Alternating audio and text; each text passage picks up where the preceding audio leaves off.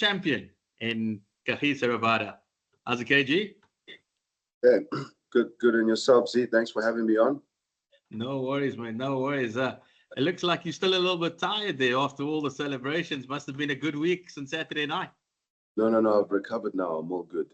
I'm I thought recovered. thought you might do a Damien Willems and just wear your MI kit for the whole week after the way he celebrated the box. I thought about it. Then last minute I chickened out. Showers are a good thing. It's always a good thing. But KG, I mean, just a special night at the Wonders the other evening. And what do they say? Big games, big players put in the performances. Yeah, that's a common saying. But the whole season, everyone was putting in performances, and then everyone put in performance again on match day. So nothing really changed. Yeah, but I think you're 4 for 25. That swung it a bit there. Just being a little bit modest there, as always, KG. Well, sometimes you create pressure for others, and sometimes others create pressure for you. So Rash and George really did the bulk of the work. I mean, myself and Balti started well. After posting 181, I thought the batters did well. We still were aggressive. Credit to that mindset, and that got us to 181.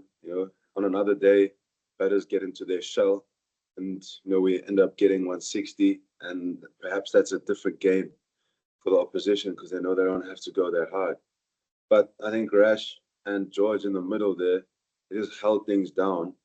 They picked up wickets. They picked up the key batters' wickets. And when I came on, I was bowling to the lower order. That helped a lot.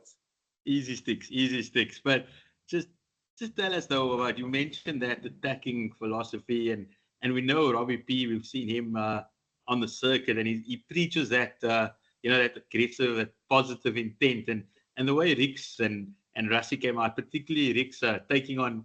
I mean, Marco Jansen. I watched one of your podcasts, and you said that he's in your top 3 bowlers in the world. And he just took him down there in that second over. So just tell us about Robbie P and that that mindset that he wants you guys to go out there and attack, and whether it's looking for runs or looking for wickets. Just what's that about? Yeah, we've been playing like that now at MI for the past 3 years. Unfortunately, last year, we were just losing the really close games. It's not like we were playing bad cricket. And this year, we've almost found a way to gel everything together. Last year, we were lacking through that middle phase. So we was trying to be aggressive through that middle phase, but we were somehow coming up short. But this year, we were aggressive through that middle phase and got us some bonus points. And I mean, we had a lot of bonus points. So that middle phase, we would accelerate, where last year in that middle phase, we would go aggressive, but wouldn't really come off. And that really, didn't work out for us.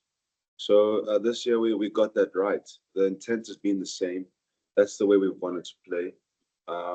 And I'm sure you've seen it. Yeah, Robbie does speak about being positive and aggressive. I mean, you can definitely see it. And we've spoken about it as a leadership group.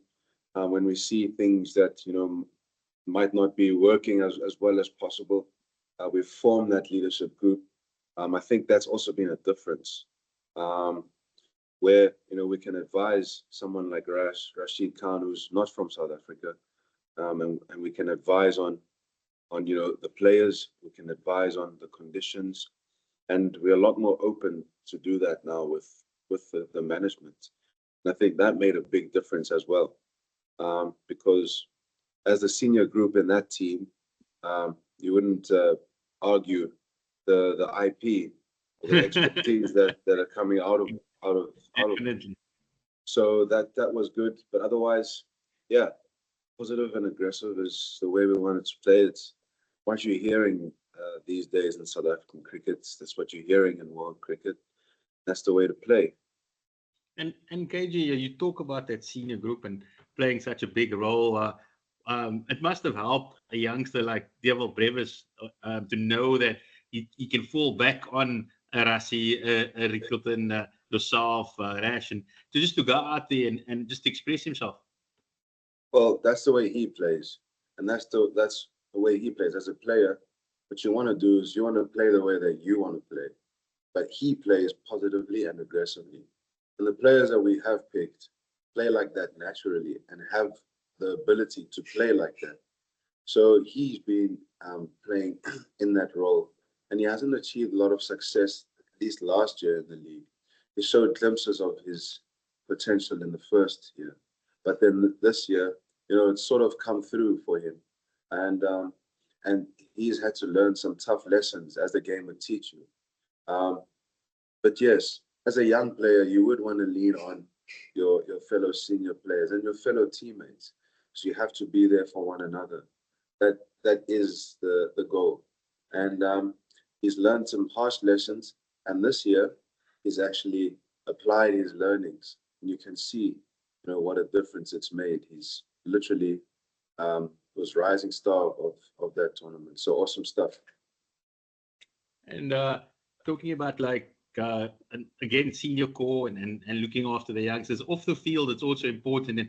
And you brought a guy like Dane Pitt into your system this year, and we know that he's quite a character off the field. And then he gets onto the field and he gets man of the match. Just do you have to bring him down back to earth after that game and say, Pitty, you're actually not going to play the playoffs. Can you just calm down, please? No. Yeah, we were actually making a joke because we had already qualified and we were like, okay, let's just play everyone who hasn't played.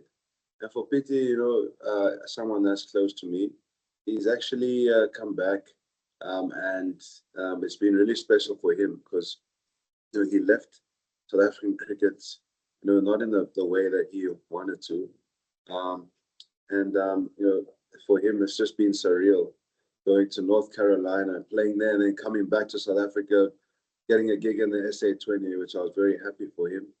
And he plays a game and gets man of the match.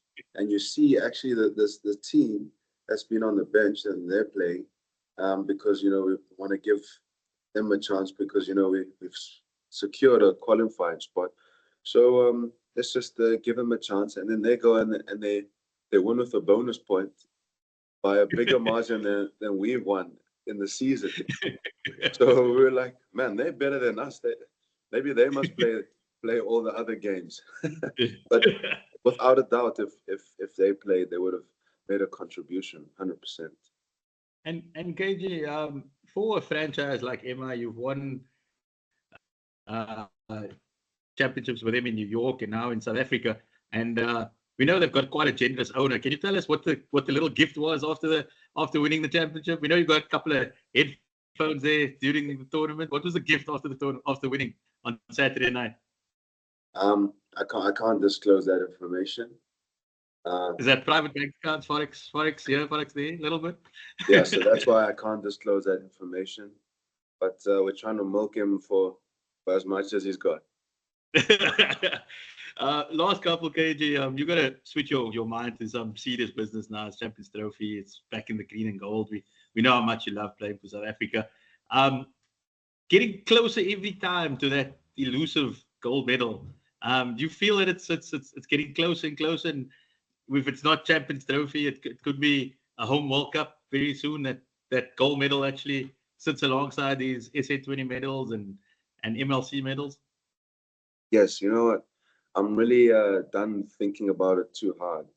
We just formulate a plan, go play hard, be competitive, and play to win. There's no point having all these other attachments on you. Honestly, no point.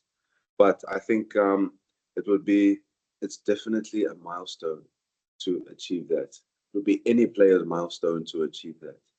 And we just need to do the work on our side. And the rest is up to God. Absolutely. And then you got another shot at Lords. I mean, is there a bigger stage than charging in Lords down the slope, Shooks on the balcony, looking on? I mean, is that the one that you're priming yourself for this year?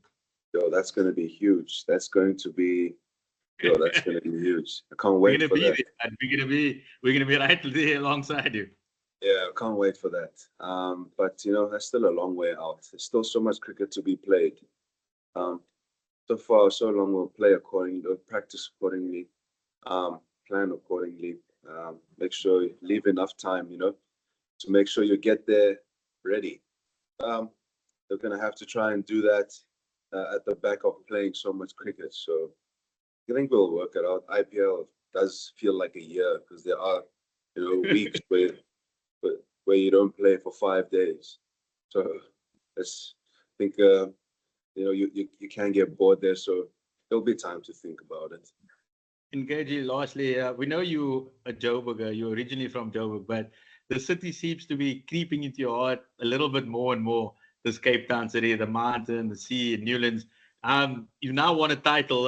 Can we officially dub you a Cape Townian here? Yeah, 100%. Because I also have a place here as well. So I see the mountain behind you. Is that the mountain there behind you? Yeah, I think it's a little mountain. Yeah. A little giveaway. Yeah. But yeah, I really enjoy Cape Town. I mean, who wouldn't enjoy Cape Town? I don't know. Do I have to go to the mayor who will dub me a Cape Townian? We'll get Gordon Hill to dub you. We'll put you down at the City Hall and we'll knight you officially when you bring that MI Cape Town medal. But KG, thanks for your time. Appreciate it. Always fun. Nothing serious today. Have a good one. Safe travels to Pakistan.